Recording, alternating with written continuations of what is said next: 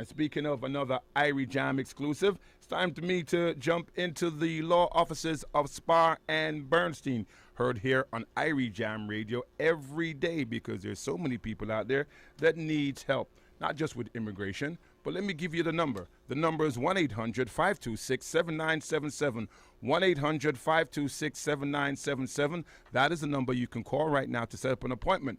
By the way, we have a seminar coming up next Tuesday at 7 p.m. at the law offices of Spar and Bernstein. It's only going to cost you $20 to join us at the seminar, and you're going to speak to all the attorneys there. And it's like a $20 consultation seminar all rolled into one, and the whole team from the law firm of Spar and Bernstein is going to be on hand, and you can ask them a gazillion questions, and you can ask them until you got the answer that you want. And by the way, let me also say this. Who knows what's going to happen come November? If you are eligible to become a citizen, now is the time to make that move. Get something in the system. Brad always says, have something in the system. It's better to be at the top of the totem pole than to be at the bottom. Good morning, Brad. Hey, how are you? I'm doing fine. Did you watch the debate last night? I was at a charity event last night, and I got in my car just as the immigration question was being asked. Oh, see, so you got immigration timing, so Brad. it was so actually my wife said to me, "Wow, that was perfect timing," because we were walking out, and my wife is chatting me up, about the event, and this was nice, and this is what this one said, and this is what that one said. And I go, I got to listen to the debate. You got to be quiet now. So I put on 10 wins, and as soon as I said that, A, she was mad at me, but B, B, it was just the immigration question was being asked, Wow. and I heard it on the radio. And your thoughts where the immigration, where both parties stand? Well, right now they both stink, as far as I'm concerned, because Mr. Romney is right. Obama did promise immigration reform in the first year, and he didn't deliver on it. He's now coming back, in the fourth year. And he's trying to show that he really did mean to do immigration reform, but for whatever political reasons, he didn't do it. So he did the DREAM Act. He's doing the waiver that you can do your waiver here and then go back home. So at least he's trying to, to make it a little easier. Although I am still exceedingly disappointed because he did in the first debates with McCain, with McCain 4 years ago, he said immigration reform he was going to do in his first year. Now, Romney, he says there's going to be no amnesty. If we're going to make it so people have good jobs back home, so they're going to leave. I mean, that's completely unrealistic. There's no jobs back home because if there were jobs back home, people wouldn't be here in the first place. Right. And he's in favor of what's going on in Arizona. To what extent, we don't know. I think he's completely unrealistic from an immigration standpoint. So whatever he says or is going to do, I think would not ultimately happen. He even says, I'm going to make it so easy that you're not even going to need a lawyer. So I'm saying, wow, the guy's putting me out of business. So you heard that. Yeah, you heard that, right? Did you hear that? You heard that part, right? I go, wow, this guy wants to put me out of business. And I said, you know what? In reality, yeah, it's nice to say. And I always say that. I said, because I'm a lawyer. I could be a lawyer in various parts of law. I don't have to be an immigration lawyer. I could, I could go to court. I could be a, personal injury lawyer. We have Adam Handler doing it, a criminal defense. There's lots of areas of law that I can morph into. So I'm not concerned about, putting immigration lawyers out of business. I'm more concerned about what he actually says. And, so I don't want anyone, obviously nobody's feeling sorry for me anyway, but I don't want anyone to feel sorry for me. But the point being is, that there is no way in the world that you can make immigration law easy enough that you don't need a lawyer. I mean, what are you going to do? You're going to say, fill out your name and date of birth and submit it, and you're going to get a green card? It's not going to happen because there's all sorts of rules on who qualifies and who doesn't. So no matter, every time you make a rule, think about it this way. Every time a new law is made, okay, that means there's 20 regulations that go with it, 20 different operating procedures that go with it, and it just makes everything even more complicated. Mm-hmm. So there's no way. So everything he says is just unrealistic, and unfortunately with Obama, there's a lot of good talk, and I'd like to see a little more action. Time for him to step up. Yeah. All right. All right, Indeed. but certainly I know where my vote's going, and it's not going with Mr. Romney, but certainly I hope Obama wins, and I think he will. I think he did a good job last night, and from what I understand, I listened to the last 20% or 10% of the debate, and I think he did a good job overall, from what I understand from all the political pundits that talked after, because I watched that as well. What scared me about Romney when we was talking about immigration, though, when he was saying that basically he wants to make it so hard for illegal people to be in this country that they're going to want to go home. Right. Guess what? guess what? Okay. As long, there's something called, and this is being real now. Okay. There's something called the cash economy. Okay. Okay. So there will be an immigrant's not going to get a job at Home Depot. Because but mom and pop shops, that taking cash, they'll still pay cash, and there'll be no record of anybody working anywhere, and certainly that job is better than sitting around back home with no job. Yeah. So that's why I'm saying when I say it's unrealistic, it's unrealistic. All right. Phone lines are buzzing, Brad. Let's see if we can get some calls. 718-749-5005. That's the number you can call right now and speak to the attorney, Brad Bernstein, from the law offices of Spar and Bernstein. 718-749-5005. And let's jump to this call and say, good morning. You're live with the attorney, Brad Bernstein. And what's your question? Good morning. This is Brittany calling. My question is, I've been married 3 years now. We went in for the first interview. It didn't went well. When the second one came, my husband didn't show up with me for the second one because of a fight. They sent a letter, denied the case, and further notice they will tell us about leaving the country, which we didn't receive a letter yet. They said we could also file for a motion, which the motion didn't file for. And there is also a kid involved. He's got his two-year card. What can become of that situation? So you have your 2-year card, or you were going for the Stokes interview? I misunderstood. No. The son, the child got the two-year card. The second interview was for me. Right. So you got a Stokes interview where they didn't believe that it was a real marriage. So they were calling you back, and then he didn't show up. Okay, so the answer is Okay, the answer is it's unlikely you're going to be put in deportation unless you have a criminal record. Right now, the only people who are if you file immigration papers and get them denied, as of right now, things could change. But as of right now, this month, they're really concentrating on only putting people with criminal records into deportation. So if you don't have a criminal record, I wouldn't be overly concerned about being put in deportation. Obviously, your concern is you'd like to get a green card, and ultimately, either one of three things. I mean, this is reality now. Okay, reality is it's one of three. It's either one, you and your husband get back together and you make up, and he cooperates and wants to help you and loves you, and you live in a bona fide marriage and you refile again. Option two is if there is emotional abuse or physical abuse in the relationship, you can file as an abused spouse. Say, the reason I'm no longer with my spouse is. And this is the options for everybody. It's not just you, it's everybody. Yeah. These are your three options when your spouse doesn't show up to the interview. It's either get back together with them, and work it out. It's file an abuse case.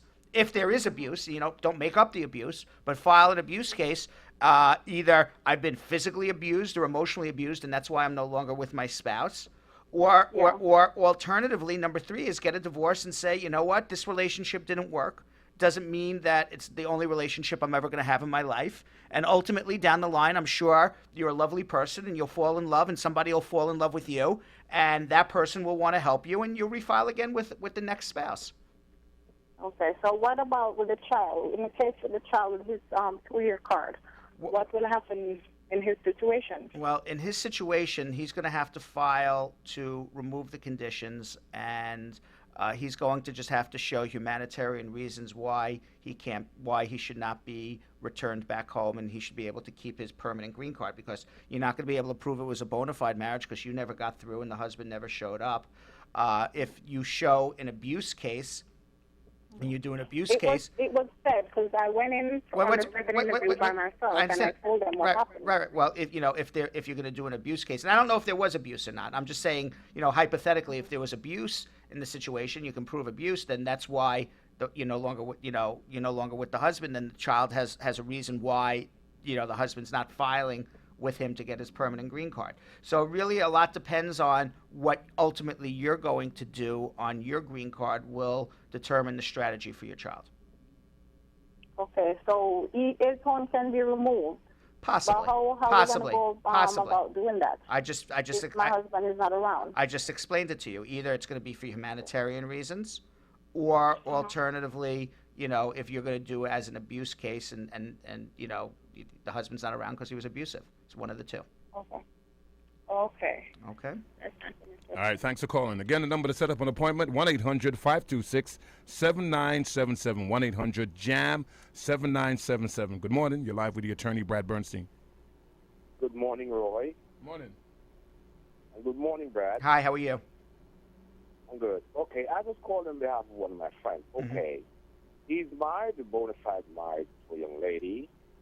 But what happened, the young lady came from the H1-2B visa. H2B. Has long been expired. Expired. Now, she's still working, paying taxes and so on. But what he wants to know, because she wasn't here legally, because after since the card has been expired, she had been here illegally. So he's wanting to know if he should still put on the application that she's working. Absolutely, for two reasons. One, you don't want to lie on an application, and two, and just as importantly, the fact if you worked illegally in America and you're married to an American citizen, there is a law that says that does not bar you from getting a green card. So as long as you're married to an American citizen, it's okay to work illegally as far as the immigration laws are concerned. That does not bar you from getting a green card. Okay, but what was his concern though? Because she was here legally. I understand that. So you're gonna absolutely tell the truth. She was here legally.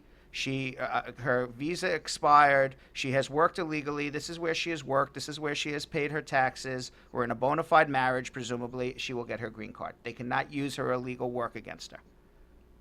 Okay, all right. Thank you very much, Brad. All right. All right, thanks for calling. Have a good day, no. Bye-bye. Right. Goodbye. 1-800-526-7977, 1-800-526-7977. Someone standing by right now to take your call.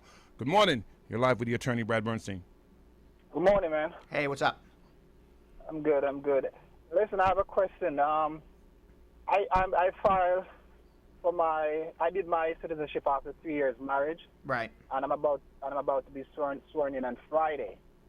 I got this letter saying that I should bring whatever kids I have and the filing, which I don't understand because I have 2 kids with green cards as well. I don't know if that means I should bring them or to be sworn in as well, or it means if there was they said if I have a kid and the behalf of the filing. So I didn't understand. No, your children don't get sworn in as citizens because once you become a citizen, they become an automatic U.S. citizen.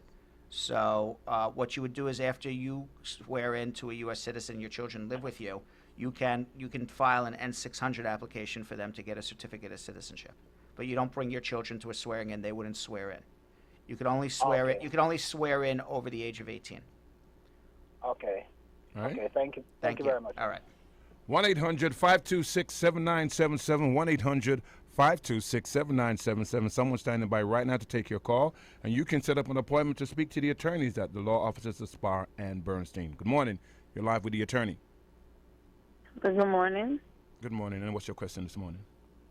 Hi, I was trying to find out if you did apply for the deferred action plan and you put it in and you got your paperwork for the fingerprint, how long after that before you hear anything else, or roughly should you get something in your hand? My guess is within 60 days of fingerprinting, you should have something in your hand.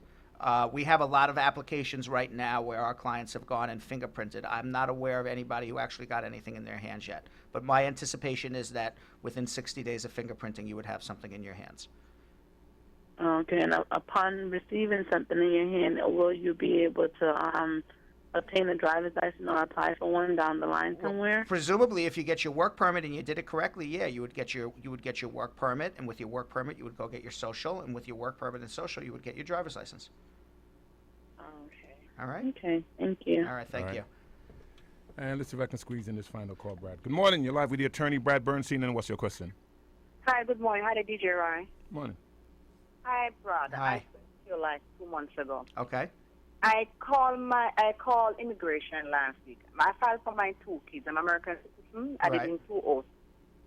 I pay up everything. They said they're only waiting for a visa. Right. So when I spoke to the person on Monday, she said that it's not this U.S. embassy holding them up is Kingston, and there's where they get their update.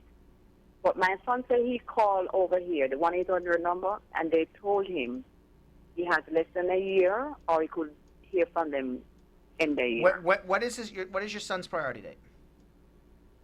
206 When? March. Okay. They're up to November 1st, 2005, so he has less than a year.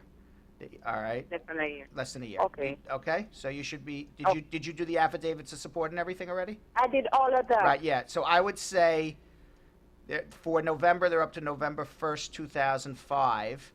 All right. Let's figure this out here quickly, and for October, they were in October 8th, 2005. So they're moving about 3 weeks for every month. So if they continue November, you got November, December, January, February, March, you're about 5 months away on the visa waiting list that moves 3 weeks for every month. So I would say somewhere between 7-8 months from now, he should be getting his visa appointment. That's a guess, but that's a good guess. Okay. Thank All you right. very much. Thank you. If I don't hear from them, I'm going to see you. Absolutely. All right. Once again, the number to call is 1-800-526-7977. 1-800-526-7977. And as always, Brad, we say... Prior results do not guarantee similar outcome in future cases. To set up an appointment for a personal consultation with Brad Bernstein, call 1-800-526-7977. That's 1-800-526-7977. And Brad, remind them about the seminar Yes, before we have go. right. We have a seminar coming up, which is this Tuesday. It's going to be in my office at 7 p.m. We only have 50 seats available. Most of the seats are taken. If you do want to come, you have to prepay. It's only $20 to attend the seminar. It's similar to having a consultation, except everybody in the seminar is going to hear your issues, and you can ask as many and multiple questions as you want. And we're going to try to figure out as many people's problems and issues within our allotted time of an hour and a half. And also, we're going to have guest appearances by Mr. DJ Roy himself. We will have some refreshments for everybody. You're going to get to not only meet me, but meet all the attorneys at Spar and Bernstein. And if you do start a case on that day of the seminar, we will give you 10% off our regular legal fees. Of course, if you can't make the seminar and you want to make an appointment to come see me, just call 1-800-526-7977. That's 1-800-JAM-7977. It's a special IRE Jam number that tells us that you are a special IRE Jam VIP. 1-800-526-7977. And that's the number both to schedule a consultation with me or to come to our seminar on Tuesday. That's right. 1-800-526-7977. 1-800-526-7977. Someone standing by right now to take your call. Thank you so much, Brad, and we'll speak later on this afternoon. Thank you.